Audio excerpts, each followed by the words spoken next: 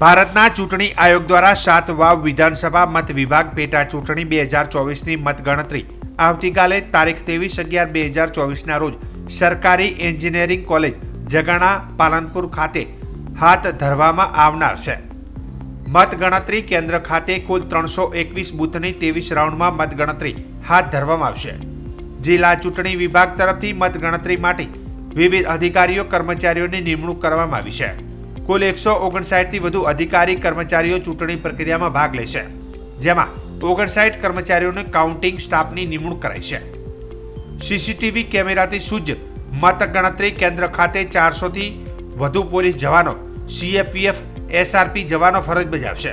આ સાથે મતગણતરી સંબંધિત માહિતી અને ફરિયાદ માટે જિલ્લા કક્ષાએ કંટ્રોલ રૂમ કાર્યરત કરાયો છે। આ માટે 1950 હેલ્પલાઇન નંબર કાર્યરત કરવામાં આવ્યો છે।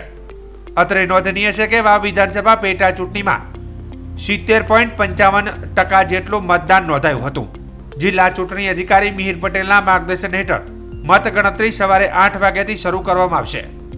વાવ પેટા ચૂંટણીમાં કુલ 2,19,266 જેટલું મતદાન નોંધાયું હતું, જેમાં પુરુષ 1,20,619 તથા 98,647 સ્ત્રી મતદાન નોંધાયું હતું।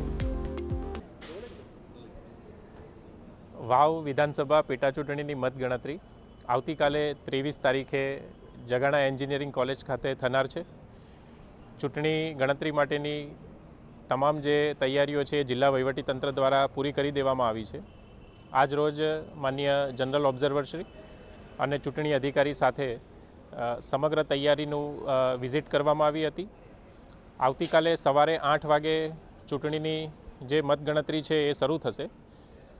8 થી 8:30 પોસ્ટલ બેલેટની ગણતરી થશે અને 8:30 બાદ 8:30 થી ઈવીએમના જે રાઉન્ડ છે એની મતગણતરીની પ્રક્રિયા આવતીકાલથી શરૂ થનાર છે।